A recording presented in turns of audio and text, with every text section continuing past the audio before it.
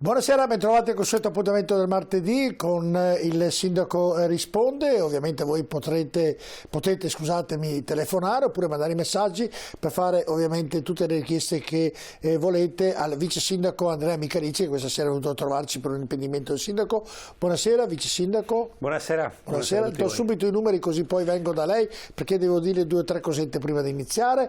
Per la diretta 049 80 777 53, per i messaggi 345 33 41171 oppure l'email il sindaco risponde @gruppotv7.com oppure sulla piattaforma di Facebook nella pagina di Reporter potete mandare richieste e domande anche da quella pagina lì. Vi ricordo che siamo in rigorosa diretta, abbiamo iniziato con un paio di minuti di ritardo, sono 19:35, minuto più, minuto meno. Allora comincio con lei, tanto buonasera. Buonasera.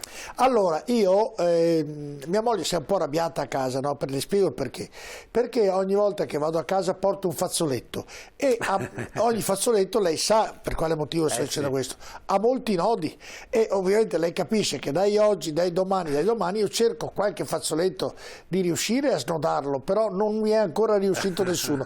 Io spero che nel ritrovarla in questo appuntamento qualche fazzolettino riusciremo a toglierlo. Lei ha qualcuno che può aiutarmi già da questa sera? Io sono pieno di nodi, di fazzoletti, di impegni, cose che stiamo portando mi dica da avanti. Questa sera già ha qualche nodo che possiamo snodarlo oppure dobbiamo continuare? Beh, abbiamo finito praticamente l'intervento su via Manzoni. Via Manzoni, via Stoppato, un intervento anche molto richiesto. Lei dice quello dei benzinai? Quello del benzinaio, rotatoria, cosa abbiamo fatto? Quella mi sembrava già finita da un po'. No, perché poi alle volte basta che passa l'asfalto e sembra che è finito tutto, in realtà poi c'è la segnaletica da mettere, anche la segnaletica è fondamentale, anche lì è da concertare, da vedere, da discutere con i cittadini. Vabbè, ora quello è un fazzoletto, non avevo neanche fatto il nodo su quelli perché la davo già. Ma io ce l'ho il nodo su quello, io li ho tutti i nodi. Senta, invece Pontecorvo, perché ho visto che stanno lavorando. Sì, quello li intendevo. No, parlo proprio nella porta di Pontecorvo io. Nella porta di Pontecorvo ora ora vediamo la coda dell'intervento a cui mi riferivo prima. Riordiniamo un attimo questo fazzoletto. Allora, sostanzialmente abbiamo riqualificato la parte che da via Manzoni entra verso Pontecorvo, si chiama sempre via Manzoni, e lì c'era un incrocio ad Y pericolosissimo. Nel nostro piano degli incidenti era tra i più pericolosi, c'era un ex distributore, un'area da bonificare e una strada quindi anche molto disordinata e anche da sistemare.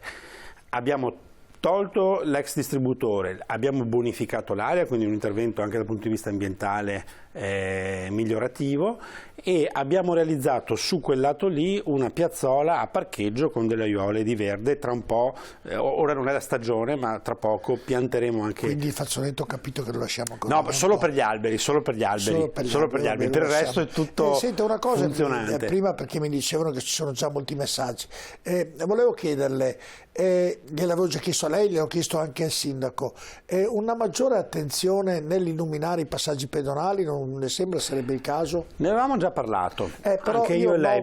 noto che sono, ovviamente tutta la città non si può ovviamente illuminare perché capisco i costi, però quelli più pericolosi, quelli più importanti. Però ho verificato una cosa che avevo detto quella sera e vedo che la stiamo facendo in modo sistematico, cioè dove andiamo a risanare, a riqualificare l'illuminazione.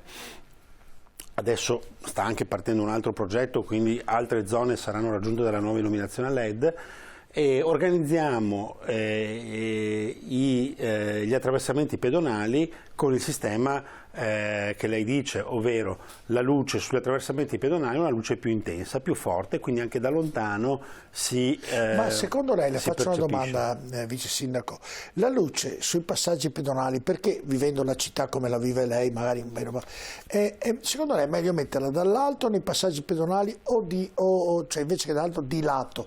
Non so se riesco a comprendere, perché mettendola dall'alto la luce si dirama e non si nota molto. Quella stessa luce, è una domanda che le faccio da ignorante, mettendola invece di profilo, di lato, secondo lei non può notarsi di più l'attraversamento pedonale? E è mai stata presa un'ipotesi diversa da quella tradizionale di metterle sopra, tanto la mettiamo sopra perché così fanno tutti e la mettiamo anche noi, magari di studiare un sistema di metterla in modo tale che quella stessa luce dia un risalto al passaggio pedonale più importante? Da sopra vedo che illumina bene. Insomma, bisogna, su quelli, non so se lei ha visto gli impianti nuovi che stiamo realizzando, ecco, inclinarla, bisogna fare attenzione a non abbagliare col fascio luminoso le auto.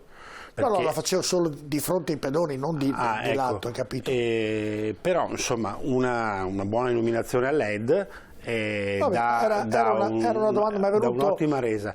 Domanda. Mi è venuto, in mente, passando ovviamente, perché ho detto la luce mi sembra, sì c'è, se invece la luce metterla così, la mettono così, senza disturbare ovviamente le macchine, ci mancherebbe, illumina di più il passaggio pedonale o no? E volevo fare questa domanda perché l'impressione a pelle, senza essere un tecnico, è che lo illumini molto di più il passaggio. Bisogna fare attenzione insomma, un po' ai riflessi, e poi anche noi dobbiamo illuminare dall'alto verso il basso, sempre per una questione di inquinamento luminoso del cielo. Domanda: perché non illuminiamo prima tutti gli attraversamenti pedonali e poi man mano proseguiamo con il resto dell'illuminazione stradale? Perché molto spesso dove andiamo a mettere LED andiamo anche a cambiare gli impianti, perché i vecchi impianti in serie non sono compatibili con le nuove tecnologie. Perfetto, e quindi questo tipo anche di riqualificazione viene fatta quando viene riqualificata la rete. Da via Gattamelata la faccio sempre dove c'è l'incrocio dell'ospedale, che lì è illuminato, però davvero è ancora buio perché tra le biciclette e tant'altro non è illuminato, e questo è un passaggio pedonale davvero di grande passaggio. Se vuole nel corso della puntata poi le illustro insomma i prossimi progetti di illuminazione. Perfetto, allora andiamo con i messaggi che già sono arrivati. Iniziamo con i primi. Denis. Quando faccio il cavalcavia Borgomagno verso l'Arcella c'è sempre quel mostruoso stabile abbandonato sulla destra. Pensavo che il comune facesse qualcosa. Allora, io penso proprio che il telespettatore, che ringrazio, si riferisca all'Hotel Abritto, che è un edificio Liberty di colore azzurro, di proprietà privata, e che è in stato di come dire, abbandono e insomma, decadimento. L'abbandono che si vede da fuori diciamo, deriva dall'incertezza dei proprietari nell'investimento. Sono più proprietari, non uno solo, quindi devono anche trovare una soluzione in accordo. In questi anni li abbiamo incontrati molte volte, cercando di capire quali leve l'amministrazione comunale poteva adoperare per riqualificare quell'edificio. Perché il telespettatore ha ragione, il cittadino, quell'edificio lì è un biglietto da visita all'ingresso dell'Arcella e non dà proprio una bella immagine, ed è anche un bel edificio, perché è un edificio in stile Liberty che in quella posizione potrebbe assolvere diverse funzioni. Stiamo lavorando con la proprietà per un'ipotesi di acquisto? No, non lo possiamo acquistare perché il comune può acquistare solo per fare cose che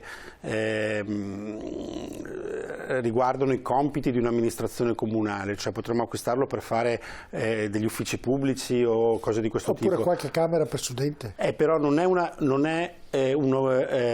missione, una funzione del comune fare camere per studenti, però noi vorremmo utilizzarlo per studenti e ostello, lì vicino alla stazione e in prossimità del centro è ottima la posizione per quello, quindi stiamo lavorando con la proprietà per dare le migliori compatibilità urbanistiche perché questo si possa verificare.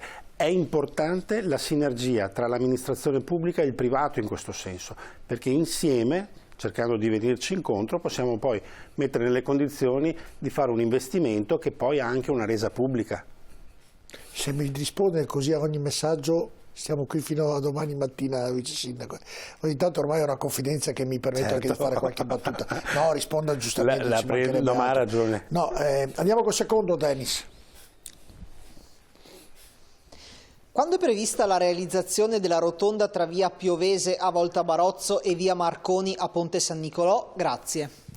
L'abbiamo messa a bilancio con l'ultimo bilancio approvato, è finanziata dal Comune di Ponte San Nicolò, mentre noi ci occuperemo della progettazione, e quindi di solito dopo che un'opera viene messa a bilancio, fra progettazione preliminare, definitiva, esecutiva, bando di gare, assegnazione dei lavori, nella pubblica amministrazione passano sempre circa 6-8 mesi prima di vedere iniziare i lavori. Dennis, siccome in questo manufatto riguarda ovviamente il Ponte San Nicolò, il nodo al fazzoletto lo fai tu, va bene? Così, ma io ce l'ho il nodo al fazzoletto. No, ci dividiamo con Dennis. Ma è sul territorio di Padova. Ah, è sul territorio di Padova, quindi me lo faccio sempre io. Andiamo nel terzo messaggio. Abbiamo fatto un affare, ci siamo fatti pagare dal comune vicino. Ah beh, certo. Insomma.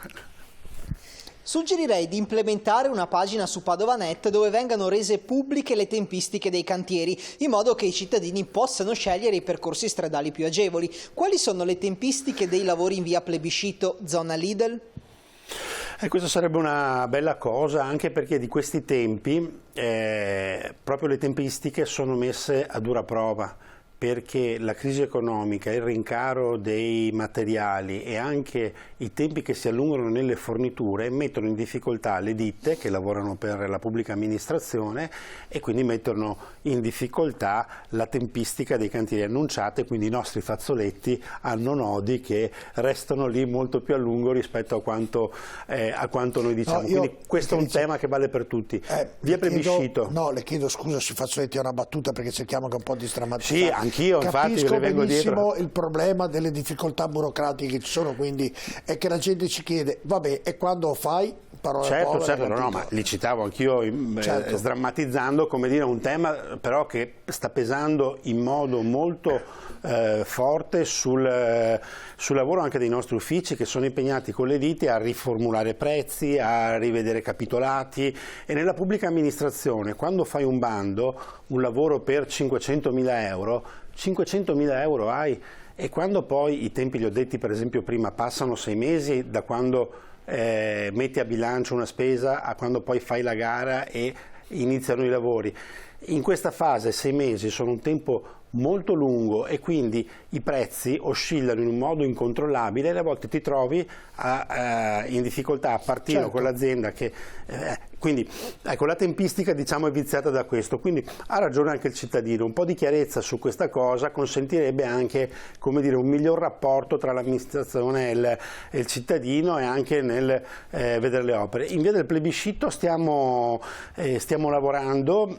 È un po' difficile calcolare la tempistica in questa stagione, perché ci siamo fermati in alcune occasioni per le piogge. Non piove molto, però io penso che in un altro mese lì abbiamo finito. Vedo che insomma, buona parte del percorso è già tracciato, dipende da quanto poi la ditta può rimanere impegnata sul territorio. È importante quel lavoro. Cioè, dovrei fare un'altra battuta, perché l'alibi della pioggia quest'anno è un po' inesistente. Me la sono fatta da solo, si è notato. Fra poco piove, non la stia a chiamare davvero, perché piove davvero molto poco, per fortuna, quindi i lavori anche poi via Friburgo vedo che stanno lavorando in maniera accelerata, quindi per fortuna non piove, non la stia a chiamare quantomeno. No, però permetta che apro una parentesi.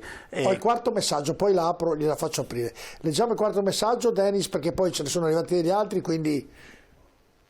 Dove doveva sorgere il nuovo Decathlon sono stati fatti parcheggi pubblici mai aperti, immagino con soldi pubblici. Non è una questione solo privata, e questo lo segnala Enrico. Perché quell'operazione è legata, le due operazioni sono legate, quindi la concessione edilizia è indispensabile per aprire l'area a parcheggio. Non è un'operazione che sto seguendo io, ma ricordo che era questa la questione. Non so dare aggiornamenti più precisi. L'edilizia privata è il settore in cui il cittadino può scrivere per avere un ragguaglio tecnico più preciso. Stavo dicendo... Sì, dicevo che questa situazione anche dei costi che mette in difficoltà le imprese porta le imprese il più delle volte ad avere più lavori, non solo con la pubblica amministrazione ma anche con altri soggetti, e per come dire, sopportare la fase economica, quindi prendono molti lavori. Anche questo alle volte influisce sul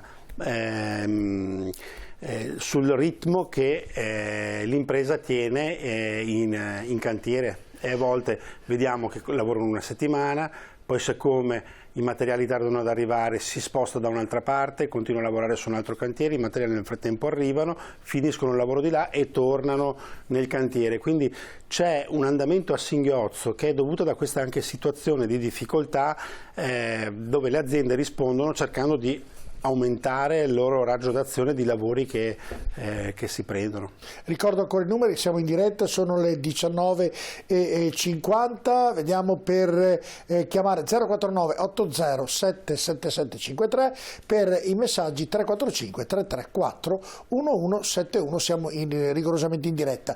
Torniamo un attimo indietro, l'email l'avete già letta, via Friburgo dicevamo, vedo che stanno lavorando a ritmi importanti, quindi davvero lì la barriera che dovrà nascere credo rispetterà i tempi se non piove.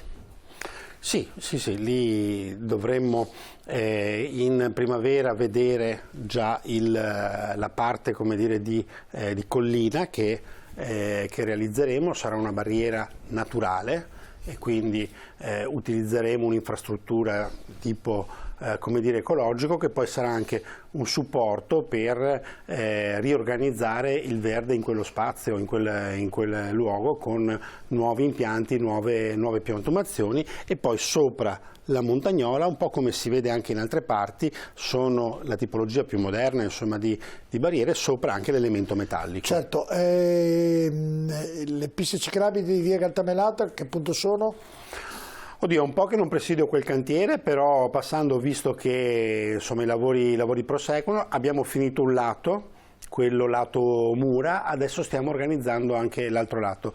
Ci stiamo impegnando molto sulla realizzazione delle ciclabili, vogliamo sostenere la mobilità sostenibile in città e fare uno scatto in avanti da questo punto di vista. In via Gattamelata verranno fuori, cioè laddove prima le biciclette erano un po', come dire, spaesate e abbandonate in una strada con una striscia a terra, io non sopporto la pista ciclabile segnata solo dalla striscia a terra, quindi lì la stiamo alzando ad anche altezza, perché parcheggiano tutte le macchine. Esatto, altezza marciapiede, quindi avremo una ciclabile protetta, altezza marciapiede, quindi col cordolo, e poi abbiamo disegnato, tracciato anche alcuni posti auto, come allo IOV per esempio, che quell'intervento lì è già finito, anche più avanti realizzeremo alcuni posti auto. Situazione parcheggi, vice sindaco, è una situazione che è sempre in ebollizione, perché c'è la Pradina, ci sono parcheggi, si vorrebbe chiudere Piazza Insurrezione, che sembra una bella idea, dopo c'è il parcheggio in Largo Europa.